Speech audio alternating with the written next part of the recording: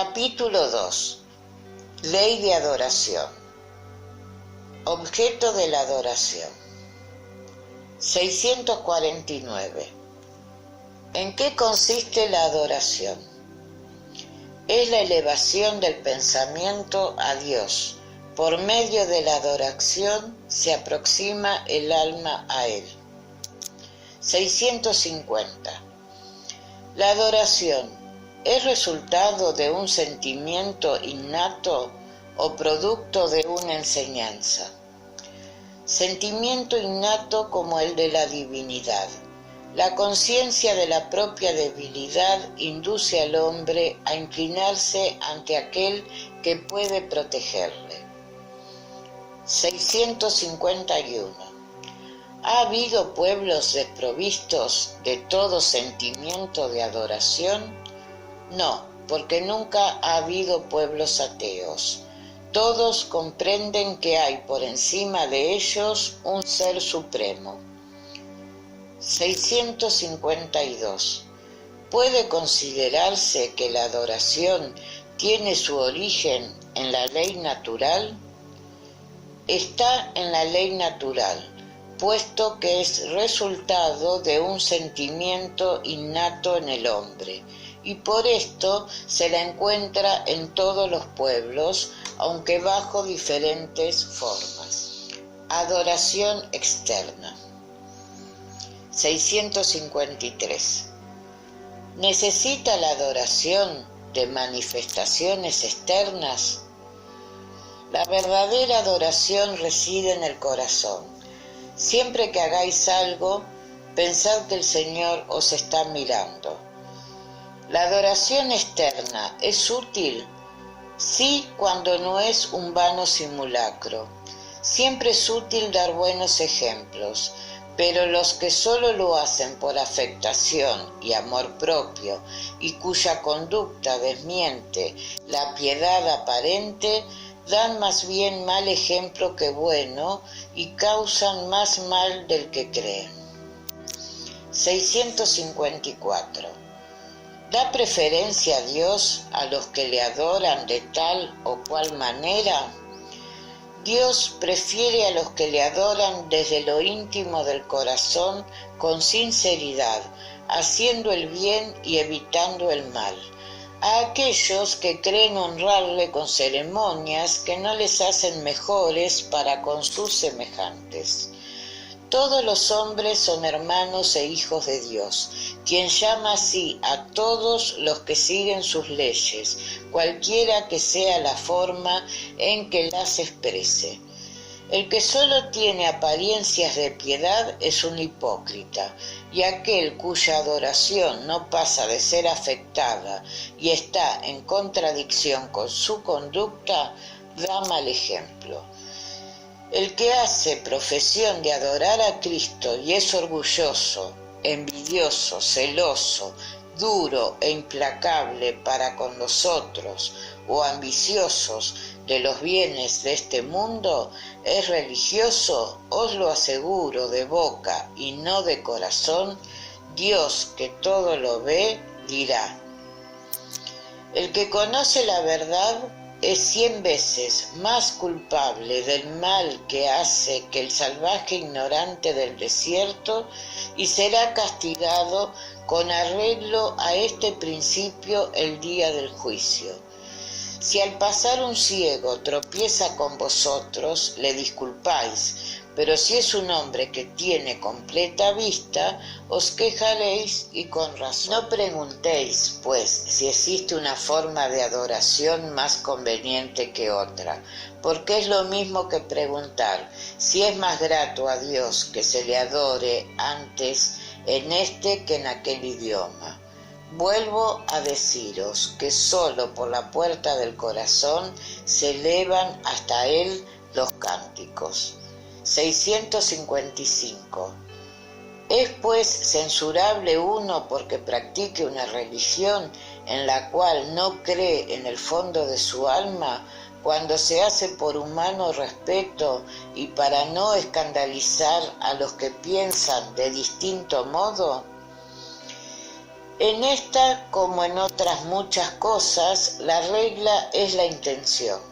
El que no tiene otra mira que respetar las creencias ajenas no hacen mal y procede mejor que el que las ridiculice, porque éste no sería caritativo, pero el que las practica por interés y ambición es despreciable a los ojos de Dios y de los hombres.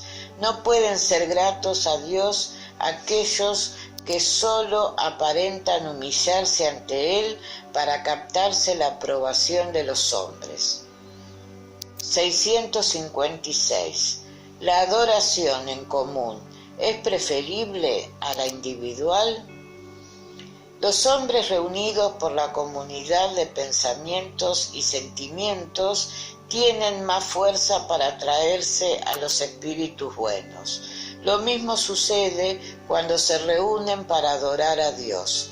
Mas no creáis por esto que sea menos bueno la adoración particular, puesto que cada uno puede adorar a Dios pensando en Él. Vida contemplativa. 657.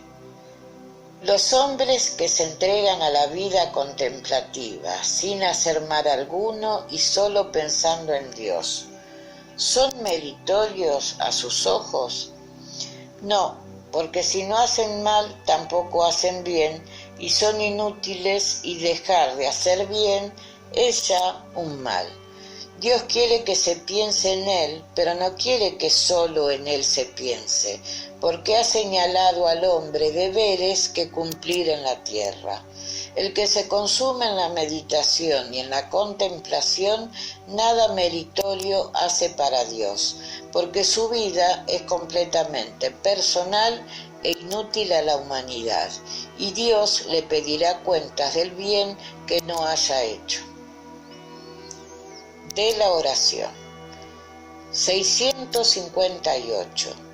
¿La oración es agradable a Dios? La oración es agradable a Dios cuando la dicta el corazón, porque todo para Él se reduce a la intención, y la oración que sale del corazón es preferible a la que puede leerse por bella que sea. Si se lee más con los labios que con el pensamiento, la oración es agradable a Dios cuando es hecha con fe, fervor y sinceridad, pero no creas que le conmueve la del hombre vano, orgulloso y egoísta, a menos que no constituya un acto de sincero arrepentimiento y de verdadera humildad. 659.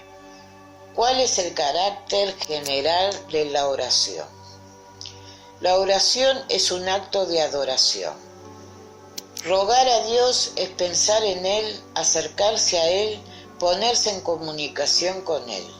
3 cosas puede uno proponerse en la oración: alabar, pedir y dar gracias. 660. ¿La oración hace mejor al hombre?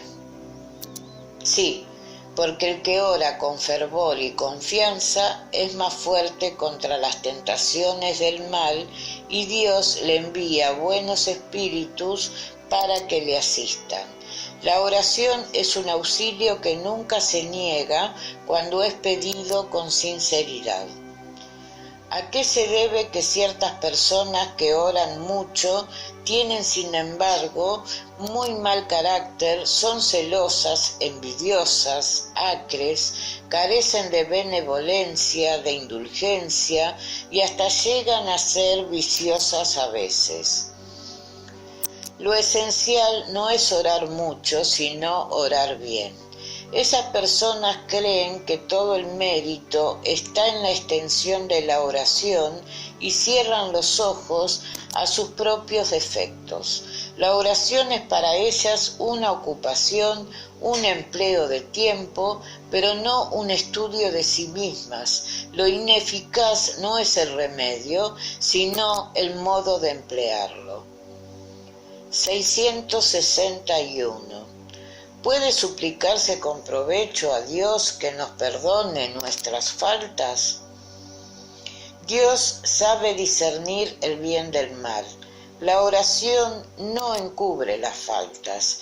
El que pide a Dios el perdón de las que ha cometido no lo obtiene sino mudando de conducta. Las buenas acciones son la mejor oración porque valen más los actos que las palabras. 662. ¿Puede orarse con provecho por otro? El espíritu del que ora obra en virtud de la voluntad de hacer bien. Por medio de la oración atrae a los espíritus buenos que se asocian al bien que quieren hacer. Poseemos en nosotros mismos, por medio del pensamiento y de la voluntad, una potencia de acción que se extiende mucho más allá de los límites de nuestra esfera corporal. La oración hecha para otros es un acto de esa voluntad. Si es ardiente y sincera, puede atraer en ayuda de aquel a los espíritus buenos a fin de sugerirle buenos pensamientos y darle la fuerza de cuerpo y alma que necesita. Pero también en este caso, la única valedera es la oración del corazón, no significando nada de los labios para afuera. 663. Las oraciones que hacemos para nosotros mismos pueden cambiar la naturaleza de nuestras pruebas y su curso. Vuestras pruebas están en manos de Dios y las hay que deben ser sufridas hasta lo último. Pero Dios entonces toma siempre en cuenta la resignación. La oración os atrae a los espíritus buenos que os dan fuerza para soportarlas con valor y os parecen menos duras. Lo hemos dicho, nunca es inútil la oración cuando se hace bien porque da fuerzas, lo cual es de por sí un gran resultado. Ya lo sabes, ayúdate y el cielo te ayudará. Por otra parte, Dios no puede cambiar el orden de la naturaleza a gusto de cada uno, porque lo que es un gran mal, desde vuestro punto de vista mezquino y desde vuestra efímera vida, es con frecuencia un gran bien en el orden general del universo. Y además, ¿cuántos males no hay cuyo autor es el mismo hombre por causa de su imprevisión o de sus faltas? El hombre es así castigado por donde él mismo ha pecado. Las peticiones justas son, empero, más escuchadas de lo que creéis. ¿Os figuráis que Dios no os ha oído porque no os ha regalado un milagro, mientras Él os asiste por medios de tal modo naturales que os parecen resultados de la casualidad o de la fuerza de las cosas? Y a menudo también, y es lo más frecuente, os sugiere aquel pensamiento que necesitáis para salir por vosotros mismos de la priesa. 664. Es inútil orar por los muertos y por los espíritus que sufren, y en caso afirmativo, ¿cómo pueden aliviarlos nuestras oraciones y abreviar sus padecimientos? ¿Tienen la fuerza para hacer que se desvíe la justicia de Dios? La oración no puede producir el efecto de cambiar los designios de Dios, pero el alma por la cual se ora experimenta alivio porque la oración es una prueba del interés que se le da, y el desgraciado se siente aliviado siempre que haya almas caritativas que compadecen sus dolores. Por otra parte, por medio de la oración se le excita al arrepentimiento y al deseo de hacer aquello que es necesario para ser feliz. En este sentido es como puede abreviarse su pena, si a su vez secunda con su buena voluntad.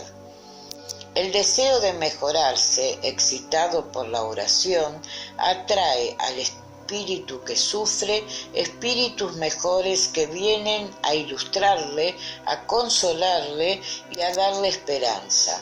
Jesús oraba por las ovejas descarriadas y os enseña de este modo que seríais culpable si no lo hicieses por aquellos que más lo necesitan. 665. ¿Qué debe pensarse de la opinión que rechaza la oración por los muertos porque no está prescrita en el Evangelio? Cristo dijo a los hombres: amaos los unos a los otros, recomendación que envuelve la de emplear todos los medios posibles de demostrarles afecto sin descender a los pormenores para el logro de semejante objeto. Si es cierto que nada puede apartar al Creador de aplicar la justicia, cuyo tipo es a todas las acciones del Espíritu, no lo es menos que la oración que le dirigís por aquel que os inspira afecto es para éste una prueba de que le recordáis, la cual no puede menos de aliviar sus sufrimientos y consolarle. Desde el momento en que da señales del más leve arrepentimiento, y solamente entonces es socorrido, pero nunca se le hace ignorar que un alma simpática se ha ocupado de él, y se le concede el grato pensamiento de que aquella intercesión le ha sido útil. Resulta necesariamente un sentimiento de gratitud y de afecto hacia el que le ha dado la prueba de simpatía o de piedad, y por consiguiente el amor recomendado por Cristo a los hombres que se ha acrecentado entre ellos, ambos han obedecido a la ley de amor y de unión entre todos los seres, ley divina que ha de producir la unidad, objeto y fin del espíritu. 666. ¿Puede suplicarse en oración a los espíritus? Puede suplicarse a los espíritus buenos porque son mensajeros de Dios y ejecutores de su voluntad, pero su poder está siempre en proporción de su superioridad y depende siempre del Señor de todas las cosas, sin cuyo permiso nada se hace, y por esto las oraciones que se les dirigen son eficaces únicamente cuando merecen la aprobación de Dios. Politeísmo. 667. ¿Por qué el politeísmo es una de las creencias más antiguas y más esparcidas, siendo falsa? El hombre no podía concebir el pensamiento de un Dios único, sino a consecuencia del desarrollo de sus ideas. Incapaz en su ignorancia de concebir un ser inmaterial sin forma determinada y obrando en la materia, le había dado los atributos de la naturaleza corporal, es decir, una forma y una figura, y desde entonces todo lo que le parecía que traspasaba las proporciones de la inteligencia vulgar era para él una divinidad. Todo lo que no comprendía debía ser obra de un poder sobrenatural, y de esto a creer en tantos poderes distintos cuantos efectos veía, no había más que un paso. Pero en todos tiempos ha habido hombres ilustrados que han comprendido la imposibilidad de esa multitud de poderes para el gobierno del mundo sin una dirección superior, y se han elevado al pensamiento de un Dios único. 668. Habiéndose producido los fenómenos espiritistas en todos los tiempos y siendo conocidos desde las primeras edades del mundo, ¿no han podido hacer creer en la pluralidad de los dioses? Indudablemente, porque llamando los hombres Dios a todo lo que era sobrehumano, los espíritus eran dioses para ellos, y por esto cuando un hombre se distinguía por sus acciones de todos los otros, por su genio o por un poder. La palabra Dios tenía entre los antiguos una acepción muy alta. No era como en nuestros días una personificación del autor de la naturaleza, sino una calificación genérica dado a todo ser que estuviese fuera de las condiciones de la humanidad. Habiéndoles pues revelado las manifestaciones espiritistas, la existencia de seres incorporales que obraban como fuerzas de la naturaleza, los habían llamado dioses, así como nosotros los llamamos espíritus, simple cuestión de palabra, aunque con la diferencia de que en su ignorancia, sostenida expresamente por los que tenían interés en ello, les elevaban templos y altares muy lucrativos, al paso que para nosotros no son más que simples criaturas más o menos perfectas, despojadas de su envoltura terrestre. Si se estudian con atención los diversos atributos de las divinidades paganas, sin trabajo, se reconocerán en ellos todos los de los espíritus que ocupan los grados de la escala espiritista, su estado físico en los mundos superiores, todas las propiedades del periespíritu y la parte que toman en las cosas de la tierra. El cristianismo, al derramar sobre el mundo su divina luz, no pudo destruir una cosa que está en la naturaleza, pero hizo que se dirigiese la adoración a aquel a quien pertenece. Respecto de los espíritus, su recuerdo se ha perpetuado bajo diferentes nombres según los pueblos y sus manifestaciones que jamás han faltado, han sido diversamente interpretadas y explotadas con frecuencia bajo el prestigio de lo misterioso. Y al paso que la religión ha visto en ellas fenómenos milagrosos, los incrédulos han visto supercherías.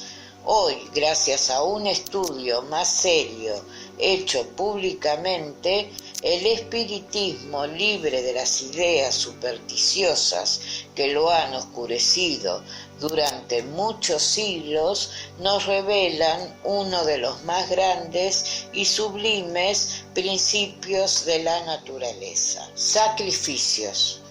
669.